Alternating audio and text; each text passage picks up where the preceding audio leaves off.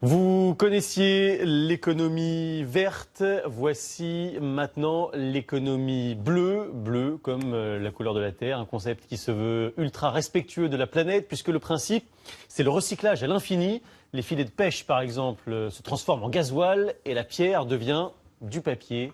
Démonstration depuis la Bretagne avec Johan Engen et Dominique Paris. Cette carrière de pierre produit des déchets. Une montagne de 40 mètres de haut qui continue à grandir. Car tous ces fins cailloux sont inadaptés à l'industrie de la construction. Comme il n'y a pas de filière pour les recycler, on est obligé de les entreposer parce qu'on n'a pas de demande pour ça. C'est une perte. Ouais. Ah bah oui, oui. Depuis 1980 qu'on entrepose là, on ne trouve pas de filière. Mais bientôt, ces rebuts pourraient trouver un débouché dans l'industrie du papier.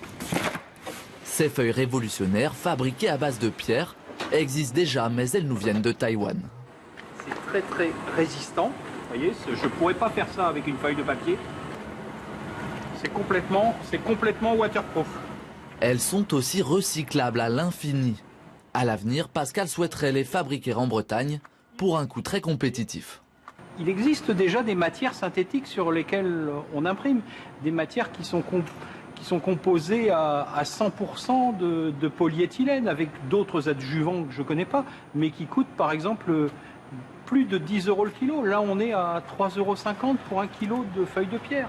C'est justement tout l'intérêt de l'économie bleue, créer de la richesse en trouvant des débouchés à nos déchets. Prenons l'exemple des déchets de l'industrie du café.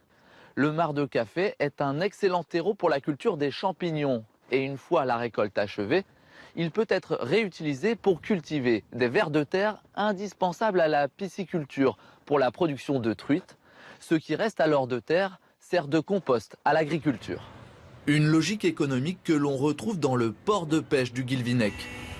Sont débarquées ici 19 000 tonnes de poissons à l'année, une activité qui génère beaucoup de déchets. Tous les ans, nous enterrons 500 tonnes de filets et dans les mois qui viennent, nous allons transformer ces filets en gasoil que nous revendrons au bateau. Du gasoil obtenu en brûlant à 400 degrés ces filets en plastique. Nous allons créer sur le territoire plein de petites initiatives qui vont créer 4, 5, 6 emplois. Et puis à la longue, et puis dans les années qui viennent, ça créera peut-être des centaines et voire des milliers d'emplois. Des emplois à la clé. Comme ces deux chercheuses qui planchent sur la production de spiruline, une microalgue qui sert de complément alimentaire. Ce dispositif sera positionné sur le toit du futur hypermarché, sans aucune pollution.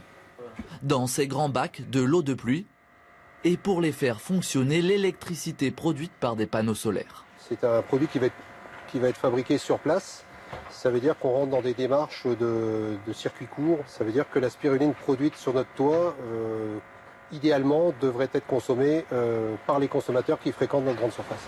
Reste que tous ces projets coûtent cher, plusieurs dizaines de millions d'euros. Pour la région de Cornouailles, la chasse aux investisseurs a commencé.